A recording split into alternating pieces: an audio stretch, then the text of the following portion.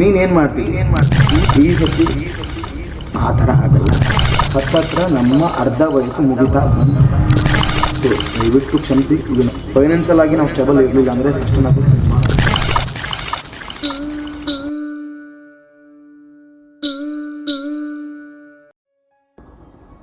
ನಮಸ್ಕಾರ ಎಲ್ರಿಗೂ. ಹೆಂಗದಿರಿ? ಆರಾಮದಿರಿ ಅಂತ ಅನ್ಕೋತೀನಿ. ನಾನು ಆರಾಮದೀನಿ. ಆದರೆ ವಿಷಯ ಏನಂತಂದರೆ ಮತ್ತೆ ಹಳೆಯದನ್ನು ತೆಗೆಯೋದು ಬೇಡ. ಹಳೆಯದು ಅಂದರೆ ಮತ್ತೇನಿಲ್ಲ, ಇಷ್ಟು ದಿನ ವೀಡಿಯೋಸ್ ಮಾಡಿರಲಿಲ್ಲ, ಅದಕ್ಕೆ ನನಗೆ ನಾನೇ ಕಾರಣಗಳನ್ನು ಕೊಟ್ಕೊಂಡು ನಾನು ಅದಕ್ಕೆ ಮಾಡಲಿಲ್ಲ, ಇದಕ್ಕೆ ಮಾಡಲಿಲ್ಲ, ಇನ್ಮೇಲೆ ಹಂಗೆ ಮಾಡ್ತೀನಿ ಹಿಂಗೆ ಮಾಡ್ತೀನಿ ಅಂತ ಹೇಳೋದು ನನಗೆ ಇಷ್ಟ ಇಲ್ಲ.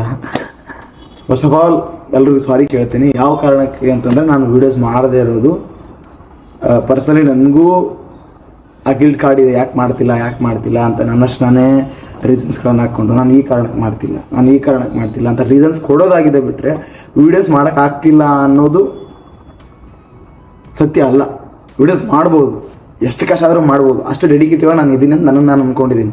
ಅಂದರೆ ಅಷ್ಟು ಡೆಡಿಕೇಟಿವ್ ನಾನು ಟೈಮ್ ಕೊಡ್ತೀನಿ, ಎಡಿಟಿಂಗು ಟೈಮ್ ಕೊಡ್ತೀನಿ, ನಾನು ಪರ್ಸನಲ್ ಟೈಮ್ ಕೊಡ್ತೀನಿ ಅಂತ ಎಷ್ಟೆಲ್ಲ ನಾನು ಇದು ಮಾಡಿದ್ರು, ಎಷ್ಟೆಲ್ಲ ಎಫರ್ಟ್ ಹಾಕಿ ಏನಾದರೂ ಮಾಡ್ತೀನಿ ಅಂತ ಅಂದ್ಕೊಂಡ್ರು ಕಡೆಗೆ ಅದು ಬಂದು ಮತ್ತೆ ಡಿಮೋಟಿವೇಟ್ ಆಗಿ ಮತ್ತೆ ಅಲ್ಲಿ ವೀಡಿಯೋಸ್ ಮಾಡೋದು, ಮತ್ತೆ ಆ ಮಾಡ್ತಿರೋ ಕೆಲಸ ಬಿಡೋದು, ಈ ಥರ ಆಗಿ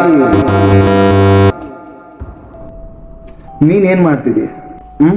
ಮನೇಲಿ ಅಪ್ಪ ಅಮ್ಮ ದುಡಿತಿದ್ದಾರೆ, ಅಣ್ಣ ಕಷ್ಟಪಡ್ತಿದ್ದಾನೆ, ಮತ್ತೆ ಅಣ್ಣ ಕಷ್ಟಪಡ್ತಿದ್ದಾನೆ, ಮತ್ತೆ ಬೇರೆ ಯಾರೋ ವರ್ಕ್ ಮಾಡ್ತಿದ್ದಾರೆ. ಮನೇಲಿ ಬರ್ತಿರೋ ದುಡ್ಡೆಲ್ಲ ಆ ಬಿಲ್ಲು, ಈ ಬಿಲ್ಲು, ಕರೆಂಟ್ ಬಿಲ್ಲು, ಅದು ಇದು ವಾಟರ್ ಬಿಲ್ಲು ಅಂತೆಲ್ಲ ಪ್ರತಿಯೊಂದು ದುಡ್ಡು ಅಲ್ಲಿ ಹೋಗೋದು ಇಲ್ಲಿ ಹೋಗೋದು, ಅದು ಆ ಗಾಡಿ ಖರ್ಚು ಈ ಗಾಡಿ ಖರ್ಚು, ಮನೇಲಿ ಅದು ತಗೊಂಬ ಎಲ್ಲ ಖರ್ಚು, ಮನೇಲಿ ದುಡ್ದಿರೋ ದುಡ್ಡೆಲ್ಲನೂ ಹೋಗ್ತಾ ಇದೆ. ನೀನೇನು ಮಾಡಿದೆ?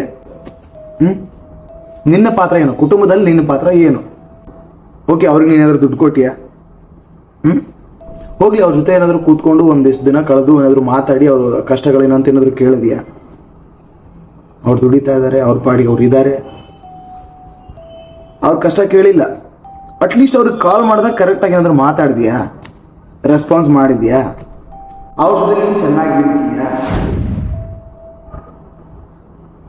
ಏನು ಮಾಡ್ತಿದ್ದೀಯ? ವಯಸ್ಸಾಗ್ತಾ ಬಂತು. ಹತ್ತತ್ರ ನಾವು ನಿಯರ್ ಇದ್ದೀವಿ. ಎಲ್ಲಿಗೆ? ನಾವು ಈಗಿನ ಜನ್ರೇಷನ್ ಜನ ಬದುಕೋದು ಲೆಕ್ಕ ಮಾಡಿದ್ರೆ ಹತ್ತತ್ರ ನಮ್ಮ ಅರ್ಧ ವಯಸ್ಸು ಮುಗಿತಾ ಬಂತು. ಹಾಗಾದ್ರೆ ನೀನು ಏನು ಮಾಡ್ದಪ್ಪ?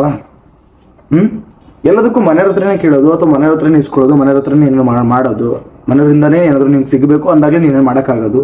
ನಿನ್ನ ಕೈಲಿಂದ ಏನಾಗಲ್ವಾ? ಏನು ಕಲಿತೆ, ಏನು ಮಾಡಿದೆ, ಏನು ಅನುಭವಿಸಿದೆ ಅನ್ನೋದ್ರ ಮೇಲೆ ಏನೂ ಮಾಡೋಕ್ಕಾಗಲ್ವಾ? ನಿನ್ನ ಹತ್ರ ಮೊಬೈಲ್ ಇದೆ, ನಿನ್ನ ಹತ್ರ ಗ್ಯಾಜೆಟ್ ಇದೆ, ನಿನ್ನ ಹತ್ರ ನಿನಗೆ ಸ್ಕಿಲ್ ಗೊತ್ತಿದೆ, ನಿನಗೆ ಮತ್ತು ಬೇರೆ ಒಂದು ಸ್ಕಿಲ್ ಗೊತ್ತಿದೆ. ಈ ಥರ ನಿನಗೆಲ್ಲ ಇದ್ರೂ ಕೂಡ ನಿನ್ನ ಕೈಲಿನೂ ಮಾಡೋಕ್ಕಾಗ್ತಿಲ್ಲ. ನೀನು ಯಾಕೆ ಮಾಡಲಿಲ್ಲ? ರೀಸನ್ಸ್ ಕೊಡಬೇಡ ಅಂತ 100 ಪ್ರಶ್ನೆಗಳು ನನ್ನನ್ನು ಮತ್ತೆ ಮತ್ತೆ ಮತ್ತೆ ಮತ್ತೆ ಮತ್ತೆ ದಿನೇ ಆವಾಗ ಇವಾಗ ದಿನೇ ಅವಾಗ ಕೂತಾಗ ಇವಾಗ ಕೂತಾಗ ಅಲ್ಲಿ ಹೋದಾಗ ಇಲ್ಲಿ ಬಂದಾಗ ಎಲ್ಲ ಕಡೆನೂ ಒಂದಲ್ಲ ಒಂದು ರೀತಿಯಲ್ಲಿ ಪ್ರಶ್ನೆಗಳು ನನ್ನನ್ನೇ ನನಗೆ ಮತ್ತೆ ಮತ್ತೆ ಮತ್ತೆ ಮತ್ತೆ ಕೇಳ್ತಿದ್ದಾವೆ. ನಾನು ಕ್ಯಾಮ್ರಾ ನೋಡಿ ಹೇಳಿರೋ ಕಾರಣಕ್ಕಾಗಿ ನಿಮಗೆ ಹೇಳ್ತಾ ಇದ್ದೀನಿ ಅಂತ ಅನಿಸಿದರೆ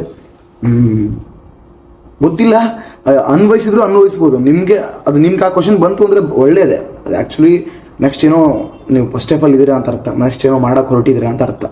ಆ ಪ್ರಶ್ನೆ ನಿಮ್ಗೆ ಬಂದಿತ್ತು ಅಂದರೆ ನನಗೆ ಪರ್ಸನಲ್ ಹೇಳ್ತೀನಿ, ನಿಜವಾಗ್ಲೂ ತುಂಬ ಸಲ ಈ ಪ್ರಶ್ನೆಗಳು ಬಂದಿದೆ. ಅಲ್ಟಿಮೇಟ್ಲಿ ನಾನು ಡಿಸೈಡ್ ಮಾಡಿದ್ದೀನಿ. ಆದರೆ ಒಂದು ವಿಷಯನ ಇಲ್ಲಿ ನಿಮ್ಮ ಹತ್ರ ಹಂಚ್ಕೊಳ್ತೀನಿ. ಇನ್ಮೇಲೆ ಕಂಟೆಂಟ್ಸ್ ಕೊಡ್ತೀನಿ, ಯಾವ ಕಂಟೆಂಟ್ ಕೊಡ್ತೀನಿ, ಯಾವ ಥರದ ವೀಡಿಯೋ ಇರುತ್ತೆ ಏನು ಅನ್ನೋದನ್ನು ನಿಮಗೆ ಮುಂದಿನ ವೀಡಿಯೋಗಳಲ್ಲಿ ಹೇಳ್ತಾ ಹೋಗ್ತೀನಿ. ಮತ್ತು ಈಗೊಂದು ಪ್ಲ್ಯಾನ್ ಮಾಡಿದ್ದೀವಿ, ಆ ಪ್ಲ್ಯಾನ್ ಅನ್ನೋದನ್ನು ಹೇಳ್ತೀನಿ. ಒಟ್ಟಾರೆ ಮುಂದಿನ ಬರೋ ವೀಡಿಯೋಗಳಲ್ಲೆಲ್ಲವೂ ಒಂದೊಂದಾಗಿ ನೆಕ್ಸ್ಟ್ ಏನು ಮಾಡ್ತೀವಿ ಅನ್ನೋದ್ರ ಬಗ್ಗೆನೇ ಇರುತ್ತೆ. ನೆಕ್ಸ್ಟ್ ಏನು ಮಾಡ್ತೀವಿ ಅನ್ನೋದೇ ಇರುತ್ತೆ, ನೆಕ್ಸ್ಟ್ ಏನು ಮಾಡ್ತಿರ್ತೀವಿ ಅನ್ನೋದೇ ಇರುತ್ತೆ. ಸರಿ, ಏನಿಲ್ಲ, ಯಾರ್ಯಾರು ನನ್ನ ವೀಡಿಯೋಸ್ ನೋಡ್ತೀರಾ, ಇಷ್ಟು ದಿನ ಯಾರು ನನ್ನ ವೀಡಿಯೋಸ್ ನೋಡ್ತಿದ್ರಿ, ನನಗೆ ಬರೋದೇ ಒಂದು 200-300 ವ್ಯೂಸ್. ಆ ವ್ಯೂಸಲ್ಲಿ ಈಗ ಅಚಾನಕ್ಕಾಗಿ ಬಿಟ್ಟರು ಕೂಡ ಒಂದು 500 ದಾಟ್ಬೋದು, ಇಲ್ಲ 300 ಆಗ್ಬೋದು. ಬಟ್ ಗೊತ್ತಿಲ್ಲ, ನಾನು ವ್ಯೂಸಿನ ತಲೆ ಕೆಡಿಸ್ಕೊಂಡಿಲ್ಲ. ಎಷ್ಟು ಜನ ರೀಚ್ ಆಗ್ತೀನಿ, ನನಗೆ ಆರ್ಗ್ಯಾನಿಕ್ ವ್ಯೂಸ್ ಬೇಕು. ಅಂದರೆ ನನಗೆ ರಿಯಲ್ ವ್ಯೂಸ್ ಬೇಕು. ನನಗೆ ನಿಜವಾದಂತಹ ಜನರು ಕೂತು ನೋಡಿ ಅವರ ಎಕ್ಸ್ಪೀರಿಯನ್ಸನ್ನು ಕಮೆಂಟ್ ಮೂಲಕ ತಿಳಿಸೋದು ನನಗಿಷ್ಟ. ಹಾಗಾಗಿ ನನಗೆ ವ್ಯೂಸ್ ಮ್ಯಾಟ್ರ್ ಆಗಿಲ್ಲ. 100 ಬಂದರೂ ಖುಷಿ ಇದೆ, 50 ಬಂದರೂ ಖುಷಿ ಇದೆ, 500 ಬಂದರೂ ಖುಷಿ ಇದೆ. ನಿಮ್ಗೆಲ್ರಿಗೂ ಒಂದು ಕನಸಿರುತ್ತೆ ಅಂತ ನಾನು ಅಂದ್ಕೊಂಡಿದ್ದೀನಿ. ಏನಂದರೆ, ಮನೆಯವ್ರು ಎಲ್ಲರಿಗಿಂತನೂ ನೀವೇ ಅತಿ ಬೇಗ ಆರ್ಥಿಕವಾಗಿ ಸದೃಢರಾಗಿ ಮನೇಲಿ ಎಲ್ಲ ನಾನು ನೋಡ್ಕೋಬೇಕು, ಮನೇಲೆಲ್ಲ ನಾನು ಮಾಡಬೇಕು ಅಂತ ಆಸೆ ಇರುತ್ತೆ. ಅದ್ರ ಪ್ರಯತ್ನದಲ್ಲಿ ನೀವೆಲ್ಲರೂ ಇರ್ತೀರ ಕೂಡ. ಆದರೆ ಕೆಲವೊಬ್ಬರು ಸಮಯ ತುಂಬ ಹಿಡಿಯುತ್ತೆ, ಕೆಲವೊಬ್ರದ್ದು ಬೇಗ ಆಗುತ್ತೆ, ಕೆಲವೊಬ್ರದ್ದು ಆಗಲ್ಲ, ಏನೋ ಆಗುತ್ತೆ. ಬಟ್ ನೀವೇನು ಮಾಡಬೇಕು ಅಂದ್ಕೊಂಡಿದ್ದೀರ ದಯಮಾಡಿ ಹೇಳ್ತೀನಿ, ಆ ಕೆಲಸಕ್ಕೆ ಯಾವುದೇ ಭಯ ಇಲ್ಲದೆ, ಯಾವುದೇ ಯೋಚನೆಗಳಿಲ್ಲದೆ, ಯಾವುದೋ 4 ಜನರ ಮಾತುಗಳಿಲ್ಲದೆ ದಯಮಾಡಿ ಒಂದು ಸ್ಟೆಪ್ಪು ಮುಂದೆ ಇಡಿ, ಯೋಚನೆ ಮಾಡಿ ಮುಂದಕ್ಕೆ ಹೊರಡಿ. ಯಾಕಂದರೆ ನಾವು ಪ್ರೆಸೆಂಟ್ ಸಿಚುವೇಷನಲ್ಲಿ ಎಂಥ ಯುಗದಲ್ಲಿ ಬದುಕ್ತಾ ಇದ್ದೀವಿ ಅಂತ ನಿಮ್ಗೆ ಗೊತ್ತು. ಫೈನಾನ್ಷಿಯಲ್ ಆಗಿ ನಾವು ಸ್ಟೇಬಲ್ ಇರಲಿಲ್ಲ ಅಂದರೆ ಸಸ್ಟೈನ್ ಆಗೋದು ತುಂಬ ಕಷ್ಟ. ಬದುಕಲಿಕ್ಕೆ ದುಡ್ಡು ಬೇಕೇ ಬೇಕು. ಹಾಗಾಗಿ ನೀವು ಏನು ಮಾಡಬೇಕು ಅಂದ್ಕೊಂಡಿದ್ದೀರ ಆ ಗುರಿ ಕಡೆ ದಯವಿಟ್ಟು ಹೇಳ್ತೀನಿ, ಇವತ್ತಿಂದನೇ ಪ್ಲ್ಯಾನ್ ಮಾಡಿ. ಇವತ್ತು ಅದಕ್ಕೆ ಏನು ಬೇಕು ಏನಿಲ್ಲ ಅಂತ ಡೈಲಿ ಅದ್ರ ಬಗ್ಗೆ ಪ್ಲ್ಯಾನ್ ಮಾಡಿ ಮಾಡಿ ಮಾಡಿ ಮಾಡಿ ಎಕ್ಸಿಕ್ಯೂಟ್ ಮಾಡಿ. ಅದನ್ನು ಹೇಗೆ ಮಾಡಬೇಕು ಅನ್ನೋದ್ರ ಬಗ್ಗೆ ಯೋಚನೆ ಮಾಡಿ. ನೋಡಿ, ಜೀವನದಲ್ಲಿ ಮತ್ತೆ ಮತ್ತೆ ಮತ್ತೆ ಮತ್ತೆ ಬೀಳೋದು ತಪ್ಪಲ್ಲ. ಬಿದ್ದಾಗ ಅದೊಂದು ಅನುಭವ ಕೊಡುತ್ತೆ, ಅದೊಂದು ಎಫೆಕ್ಟ್ ಕೊಡುತ್ತೆ, ಅದೊಂದು ಏನೋ ರಿಸಲ್ಟ್ ಕೊಡುತ್ತೆ. ಬೀಳೋದು ತಪ್ಪು ಅಲ್ವೇ ಅಲ್ಲ. ಬೀಳೋದು ನಿಜವಾಗ್ಲೂ ಹೇಳ್ತೀನಿ ತಪ್ಪಲ್ಲ. ಬಿದ್ದ ಮೇಲೆ ನಾವು ಹೇಳಲಿಲ್ಲ ಅಂದರೆ, ಮತ್ತೆ ಮೇಲೆ ಹೇಳಲಿಲ್ಲ ಅಂದರೆ ನಮ್ದು ಇಲ್ಲಿಗೆ ಮುಗಿತಪ್ಪ, ಇಲ್ಲಿಗೆ ಆಯ್ತಪ್ಪ ಅಂತ ನಾವೇನಾದರೂ ಅಲ್ಲಿಗೆ ಮುಗಿಸಿದ್ವಿ, ನಮ್ಮ ಬದುಕನ್ನ ಅಲ್ಲಿಗೆ ನಿಲ್ಲಿಸ್ಕೊಂಡ್ವಿ, ಅಥವಾ ನಮ್ಮ ಲಿಮಿಟ್ ಅಲ್ಲಿಗೆ ಹಾಕ್ಕೊಂಡ್ವಿ, ನಮಗೆ ನಾವೇ ಬಾರ್ಡರ್ ಹಾಕ್ಕೊಂಡ್ವಿ ಅಂತ ಆದರೆ ನಿಜವಾಗ್ಲೂ ನಾವು ಮಾಡುವಂಥ, ನಮಗೆ ನಾವೇ ಮಾಡ್ಕೊಳ್ಳುವಂಥ ದೊಡ್ಡ ಮೋಸ, ದೊಡ್ಡ ತಪ್ಪು. ಬೀಳೋದು ಮತ್ತು ಹೇಳೋದು, ಮುಂದೆ ಸಾಗೋದು ನಮ್ಮದಾಗಿರ್ಬೇಕು, ನಮ್ಮ ಗುಣ ಆಗಿರ್ಬೇಕು, ನಮ್ಮ ಉದ್ದೇಶ ಮುಂದೆ ಹೋಗೋದಾಗಿರ್ಬೇಕು.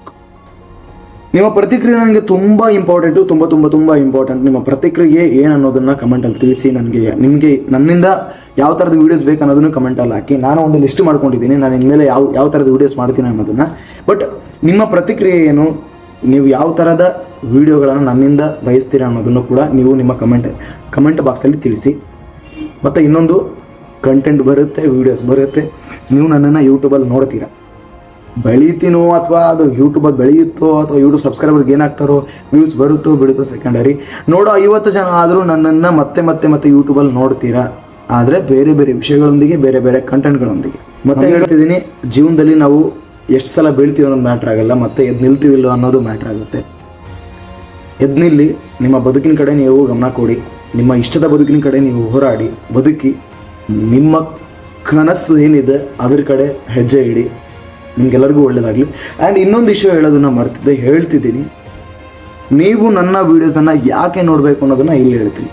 ನಿಮಗೇನಾದರೂ ಹೊಸ ಜಾಗಗಳನ್ನು ನೋಡೋಕೆ ಇಷ್ಟನಾ, ನಿಮಗೆ ಅನುಭವದಿಂದ ಏನಾದರೂ ಕಲಿಯೋಕೆ ಇಷ್ಟನಾ? ಹಾಗಾದರೆ ನೀವು ಕರೆಕ್ಟ್ ಪ್ಲೇಸಲ್ಲಿದ್ದೀರಾ. ನಿಮ್ಮ ಪ್ರೋತ್ಸಾಹ ನನಗೆ ಬೇಕು, ಯಾವ ರೂಪದಲ್ಲಿ ಅಂತ ನಿಮಗೆ ಅದು ಗೊತ್ತಿದೆ.